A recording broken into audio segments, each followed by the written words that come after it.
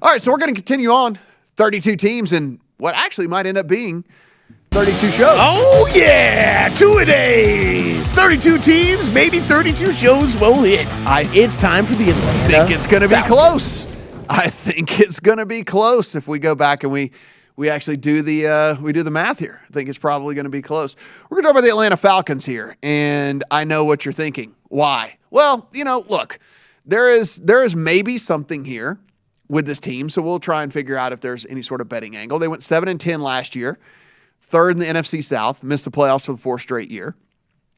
They were, according to Football Outsiders, the worst 7-win DVOA team in the history of the history of DVOA. So if that tells you anything about exactly what this team has going for them. Arthur Smith, back as head coach, got Dean Pease as defensive coordinator, Dave Ragone as offensive coordinator. So it is going to look very different for this team, as any Falcons fan out there already knows. You do not have Matt Ryan anymore. He is gone. He is in Indianapolis. In Marcus Mariota. You did make a very good signing in Casey Hayward at cornerback. Lorenzo Carter comes in as an edge rusher. He is also a very good player.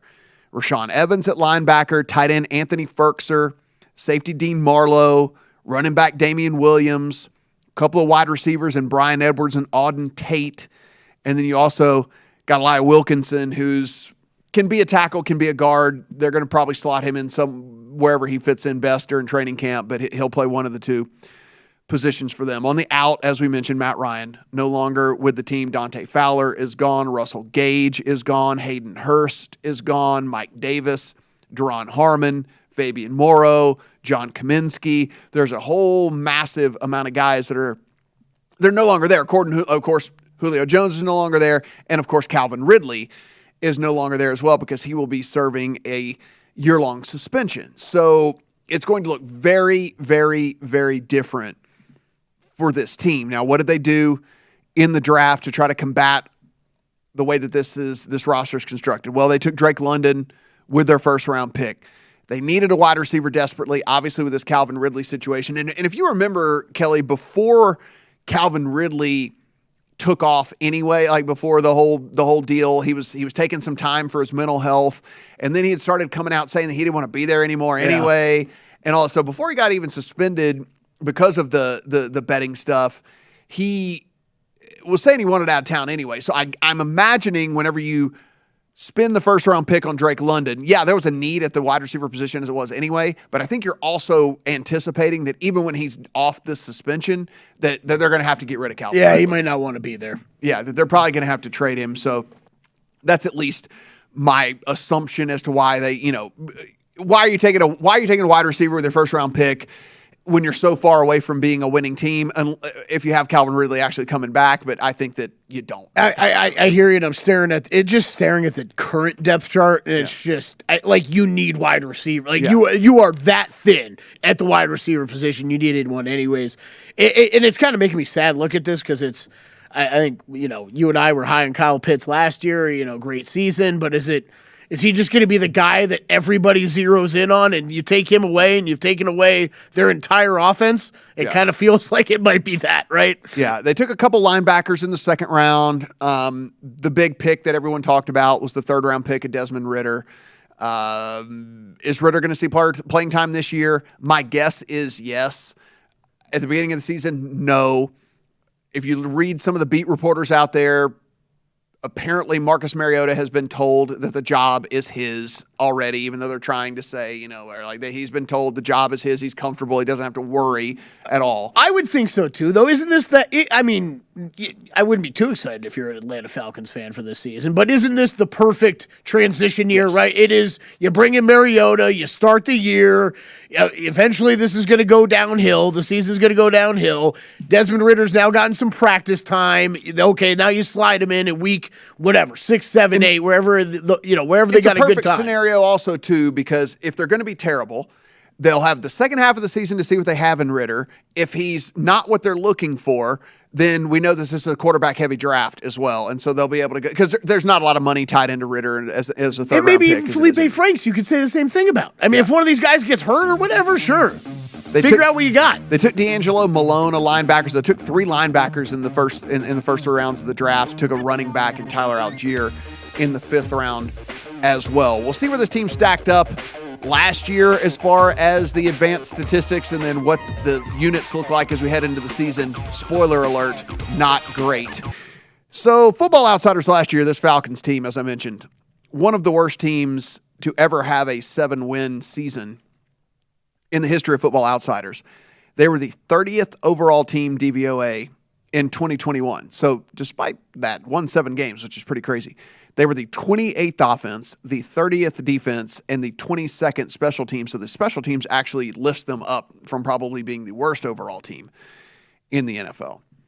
So if we take a look at where they have them, though, that said, they actually have this team, Kelley, with a mean projection of 7.5 wins. So the win total right now for this Falcon squad sitting at 5, and they have the mean projection sitting at 7.5 wins over Football Outsiders according to their simulations. So maybe something that you would want to look at a little bit further. I think this has to do with a couple of different factors. One, the Panthers are certainly not good. We don't know if the Saints are going to be good or not. I know, but yeah. And there's at least a chance, like we said, maybe that Tom Brady wakes up and is old. Probably not, but there's at least a chance. So you're saying our Falcons 11-1 to win the division? Absolutely not. Those are trash. Those are trash. And if you didn't follow us along the way with that, it was a rumor that Deshaun Watson had a deal in place to go to Atlanta, and apparently did, and then Cleveland came in and gave him the guaranteed money. Yeah. All the money. Cross that one off the list. Yeah, all the money there. So, again, a mean projection is 7.5 wins. And if you kind of look at where their simulations have this team, so 0 to 5 wins, 23% of the time, 6 to 8 wins. So, again, which would get you over this 5-win total, 6 to 8 wins, 43% of the simulations. So just something to think I can't about get there with them. I don't know about you, but I can't. 9 to 11 wins, 5. 27% of the time. 9 to 11 wins, 27% of the time. 28% chance of making the playoffs and a 2% chance of making the Super Bowl. So do you, you think I know it's some of both of these, but do you think the love is more coming about the Falcons or just the rest of the division being down? I would think it is a strong combination of both. I don't think it's necessarily a Falcon love as much as it is a, hey, look, we don't really know if Jameis is going to be good after coming off this injury and whatever. And if the Panthers were terrible, I that wouldn't be out of the realm of possibilities to me. Yeah. I just don't. I don't see the Falcons being a good football team. Neither I. But again, they're running these simulations, so we're reporting them, right? Over on Sharp Football, the other problem here is it's the 10th toughest schedule in all of the NFL, right? And with that, you get a 31st ranked offensive line, a 32nd ranked defensive front 7, and a 28th ranked secondary, according to Warren Sharp over there.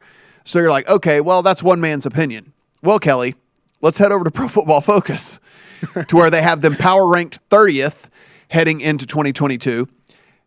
Remember, Warren has them at 31st offensive line. Pro Football Focus has them at 28th. So if you look at their right tackle, Caleb McGarry, he allowed 41 pressures last year from the right tackle position. Yikes. And he is scheduled to start yet again for this squad. Now, listen, Jake Matthews is actually solid. Like Jake Matthews is a solid player. So it's not like this offensive line is just complete garbage.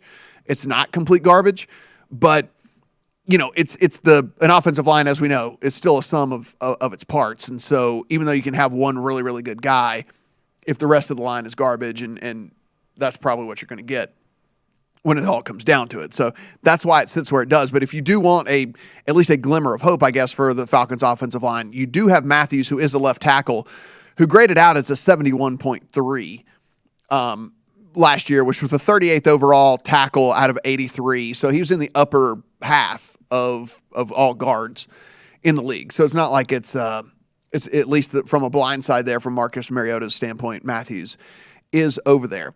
27th ranked receiving core. And again, Calvin Ridley suspended for the season. So what you're getting here is a second-year Kyle Pitts, Kelley, and then a rookie in Drake London. And it's just going to be a lot to ask.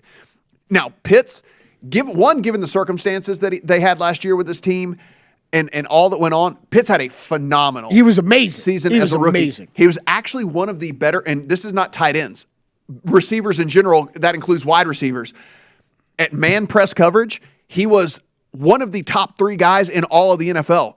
And that includes all the superstar wide receivers and everything like that, because he's such a physically imposing guy that these corners can't press cover. Right. And he's so fast that once he gets past you, he's gone. Yeah, and linebackers, safeties really don't stand any chance. I mean, it's like the one thing I'm sad about Matt Ryan not being in town anymore, or a real or a real veteran quarterback, right? Because we expected Kyle Pitts to have a big season last year, and he had a bigger season than we even expected. Yeah. So it's going to be sad to watch him. Hopefully there's not too many rebuilding years going on here for Atlanta, because that isn't a player I want to see as much of as possible. And, again, what in the world are we getting in, what are we getting out of Brian Edwards? I mean, no one knows. We have no idea what we're getting out of Brian Edwards. We have no idea what we're getting out of Auden Tate and whatever. So we don't know. These are guys that have never played significant snaps in the NFL. They've always been backups, and so now they have to kind of be thrust into premier roles. And are they going to be able to handle that? We have no idea. 32nd ranked defensive line, according to Pro Football Focus. And this one, I don't think there's much upshot here for this. They graded out collectively at a 48.4 last season. I'll put it this way. The Lions and the Jags were 31st and 30th, and they were 53.9 and 54.4. And the Falcons were a 48.4. Just to let you know, they were last, and they were last by a lot. Yeah. So it is one of those deals, for them to have any hope of climbing out of the cellar, you're just going to have monster years by Grady Jarrett and Lorenzo Carter and stuff like that. You're going to have really outlier good years for them on the defensive line for that. Now, we talk about if there is a bright spot. If there is an actual bright spot from a unit standpoint, it might be the secondary. A.J. Terrell, you had the signing of Casey Hayward. Mm-hmm. The addition of Casey Hayward's pretty big. He was the 12th overall graded corner in all the NFL last year. And now you couple him with Terrell, who was actually the 2nd rated corner in all the NFL last year. That is a very solid corner tandem.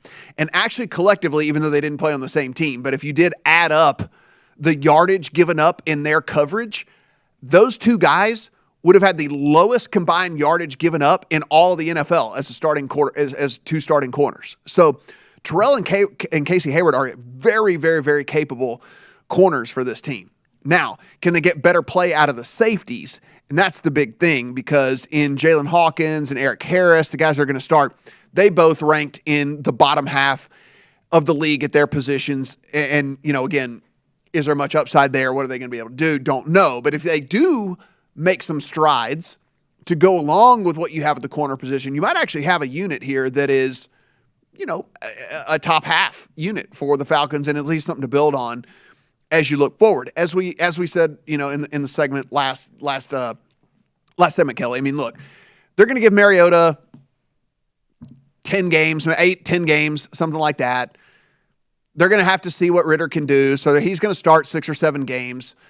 And so that's kind of what you're getting here. So if you look at this, I think that this Falcon squad, I think that 5 on the win total is probably accurate, because if it was Mariota all year, maybe this would be one of those things where I'd say, no, okay, maybe they have a chance to win 6 games, but it's not. They're going to have to play Ritter, because they have to see if he's any good, because they have to know whether they have to take a quarterback with one of those top picks in next year's draft when there's so many first-round graded quarterbacks. And so it's tough for me to make a play on this Falcon squad, other than the fact that maybe it's an in-season under if they happen to sneak a couple wins. I could get it on that. Yes, I could get it on that. A one before the season, no, but I'm definitely not. I'm not going over, despite the projections that we just heard. I can't get there. Visit VSiN.com to get current odds, listen for free, find showtimes, and download VSiN sports betting podcasts.